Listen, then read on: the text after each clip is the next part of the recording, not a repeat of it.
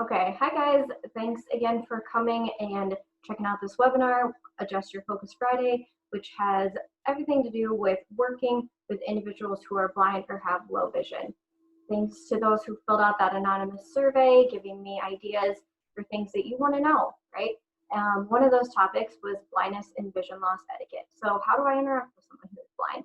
Rather than just avoiding them altogether, asking those questions. How do I interact? So today let's talk about blindness and vision loss etiquette. I wanted to revisit the terms again, legal blindness versus low vision. Legal blindness, again, is that central visual acuity of 20/200 or less in his or her better eye with correction. So that means a person with 20/200 visual acuity can see at 20 feet where someone with 20/20 vision can see at 200 feet. Okay, and then low vision is a condition caused by an eye disease in which visual acuity is 20/70 or worse in the better seeing eye, and it cannot be corrected with glasses or contacts. However, these terms, this is the definition of these terms can be used interchangeably depending on that individual. So that individual is the expert. They might have low vision and refer to themselves as blind and vice versa. So let that individual lead and follow their lead. So whatever they say, they're the expert with themselves. Some things I really wanted to touch on, this doesn't just refer to someone who is blind or has low vision. This is anyone with a disability. Do not use the word handicap. Like, erase that from your vocabulary. It is a very demeaning word. It comes from way back in the day when individuals with disabilities would stand on street corners and begging for change with their cap in their hand, right? So just forget about that word. The correct word is disability. Vision loss versus vision impairment. Again, you'll still see vision impairment. However, the correct word is vision loss. That impaired or impairment just has that negative connotation around it. So I really encourage you to use vision loss and that person first language. So never just say, I have an autistic student in my class. I have a student who has autism, it's a little typo there, but has autism in my class. So again, that person first. So a person who is blind. So, but again, it's the individual is the expert. So follow their example. Let them lead. If they prefer saying, I'm a blind person, then follow that. However, if you don't know, always use that person first language. Remember, I won't say this enough, but the individual is the expert. They're an expert with them, with their disability, how to interact. So follow their lead, ask questions, okay? So talking directly to that person. If they walk in and regardless of blindness, regardless if it's someone in a wheelchair, if they have someone with them, don't talk to them through that person, talk to that person directly. If you offer assistance to anyone with a disability or anyone in that respect, wait until your offer is accepted and then listen or ask for instructions. Don't just assume you know how to help that person. The individual is the expert. And if you're unsure or if you have questions, ask. You can always do harm by just doing and assuming, but you can't do harm by asking the question. You can't, that individual is the expert, so ask the expert, okay? So I have a video here that I want to show you, which is what not to do, okay? So these are very real, very common interactions that someone who's blind has with the general public. So I'm going to show that to you.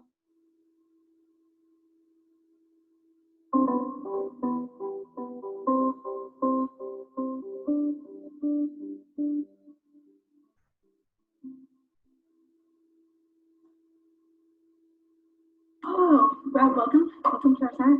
Come on in. We got some chairs over here. Sure. Ma'am, please don't. You don't have to grab my cane. Oh, okay. Let me just guide you here. Okay. Okay. Ma'am, Yes.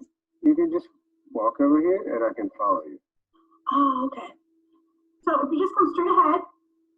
Straight ahead. Ma'am. Come straight. Miss. I'm like 6 inches from you. Just talk to me normally. You don't have to yell at me. Sorry, I forget that you have very sensitive hearing. So if you just come forward, keep coming forward. You're doing a great job. Doing a great job. So around that chair. Oh no, sorry. Okay, a little bit off here. A little bit off. No, that's not a safe chair. That's an unsafe chair. So if you come over here, there's a safety chair behind you there. So how can we help you today? We've got a number of openings for dishwashers and customer service opportunities available. Does any of that sound appealing? Actually, my name's Johnny from IT Solutions, and I'm here to fix your network.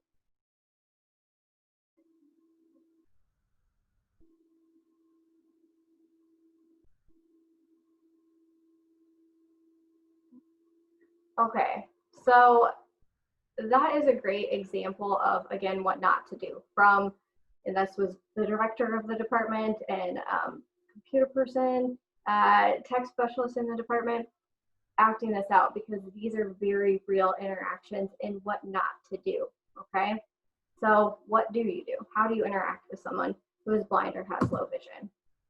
When meeting a person who is blind or has vision loss or blindness, always identify yourself and others that might be with you. You know, my name's Ashley. I have, you know, so-and-so with me. Welcome to the office, or, you know, and speak in a normal tone of voice, right? So these are things that were displayed, what not to do. This is what to do. Speak in a normal tone of voice. Don't shout at the individual. Just because the person can't see does not mean that they cannot hear. Okay, extend your hand, right? When you walk in, when you meet a person for the first time, you shake anybody else's hand. So offer, say, you know, put your hand out there and say, hey, I have my hand out. Can I shake your hand? Shake that individual's hand. Don't avoid it. Don't avoid that person. Ask the person, can I shake your hand? I have my hand out. At the end of the conversation, let the person know that you're walking away. Don't just leave them talking to themselves. And this was something that I really had to get used to, because being born and raised in Iowa, the Iowa nice thing, right? You open doors for individuals. If someone is blind and coming through the door, let them know, say, hey, I have the door open for you, it's on the right. So that way they know, hey, okay, the door is open on my right, and they can grab it, hold it, and walk through. Otherwise, if you just open the door, don't see anything, that can be very disorienting to someone who is blind. So let them know, hey, I have the door, it's on the right or it's on the left. Okay, and again, with avoiding the handshaking thing, often people avoid interacting with someone who is blind altogether. If you're in a room, they sometimes like dodge the person or jump over their cane or whatnot. Just announce that you're there. Say, hey, how's it going? Or hey, this is Ashley here. So they know where you're at in the room, and then they can use their cane to navigate around you. That's what their cane is for. So yeah, you might get a little tap on the foot because they need to know where you're at. That's how they, you know, navigate the world. So just let them know that you're there. Don't try to jump over the cane and could injure yourself and break a cane that someone really needs. Always ask the individual if your assistance is needed. Don't just assume, right? So in that video, you saw Emily grabbing Mike's cane, grabbing his shoulders, leading him around, right? Don't just assume that individuals need assistance, and don't just assume how they need assistance. So ask, you know, if the, you know, say, hey, can I, if it's a new big building, the person walks in and, you know, say, hey, can I help you get to where you're interviewing, right? See what they say, if they would like verbal directions or do sighted guide. If it's a new big building and they've never been there before, chances are they're gonna say, hey, yeah, would you show me? And in that case, you know, stand to their right or their left and offer your arm so they can take it just above your elbow. Don't grab the person and lead them, okay? And if they say, no, I got it, can you just tell me how to get there? Then give them specific verbal directions. Don't just say, yep, the door is over there. Say, you know, the door is a few steps ahead of you on your right or on the left. Be specific. Also remember that guide dogs are working dogs. Don't pet, don't feed them. It can be very distracting, not appropriate. So yeah, let them be. And always remember that a cane is an extension of the person. So don't touch it, don't grab it. Just the cane is them, right? So do not lead them around by their cane. You saw that in the video. And speak naturally. Don't be afraid to use common phrases like, do you see that? Or I'll see you later, right? Those are common everyday phrases. Don't alter your language when you're interacting with someone who is blind. It's a phrase you use it. And if you're a reader, so if you're reading a document to an individual that they have to fill out and you're assisting them by reading and filling it out for them, remember to keep that information confidential and preferably go into a quiet location where that person can tell you, their name, address, phone number, social security number, whatever it may be, in privacy. So, and then to keep that information confidential. So I have one more video of how to interact with someone who is blind.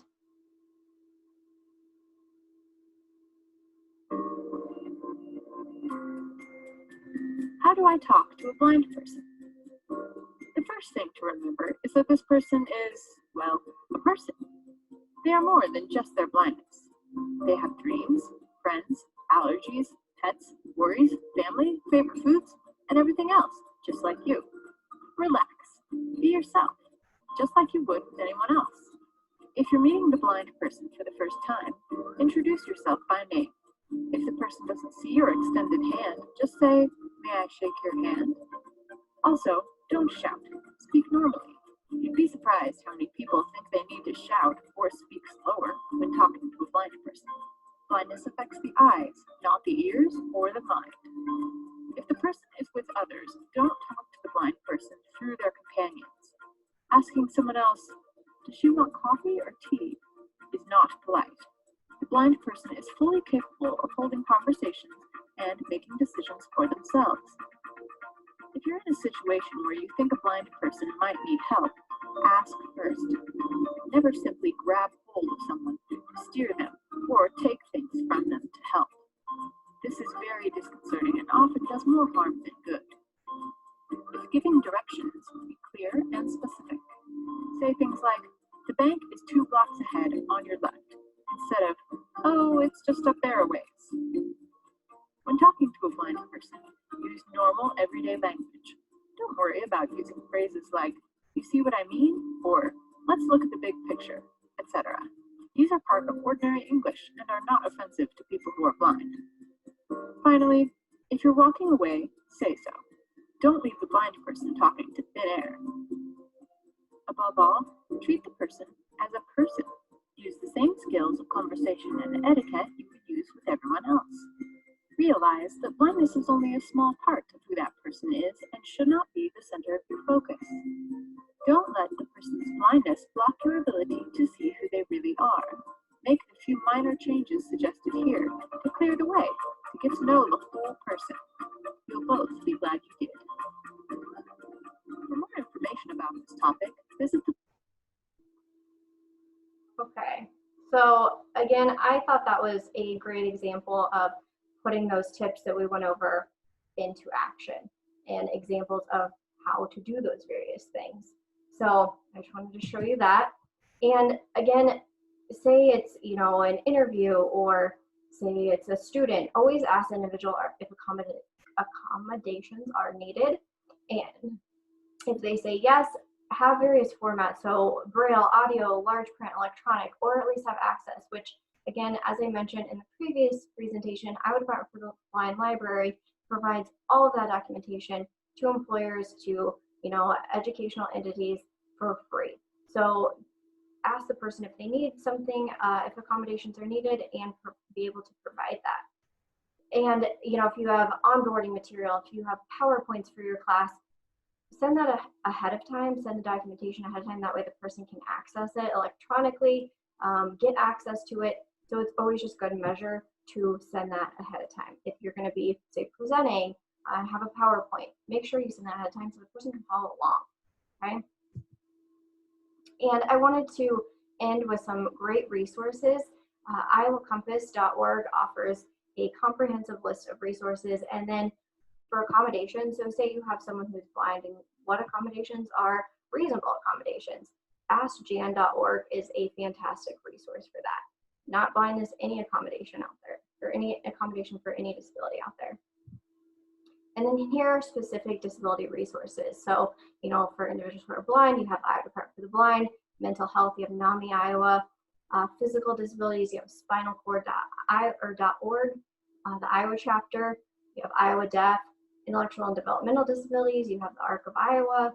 You have Autism Society, the Iowa chapter, and for individuals with brain injury, you have the Brain Injury Alliance of Iowa. Now, I know that there's multiple resources out there for various disabilities, but I just wanted to at least put you in the right direction to look up those specific disabilities and resources if needed. So again, thank you. I'll put the link to the survey below. Please take time to fill that out so I can address those topics, and like this post so I know who attended today. So thank you.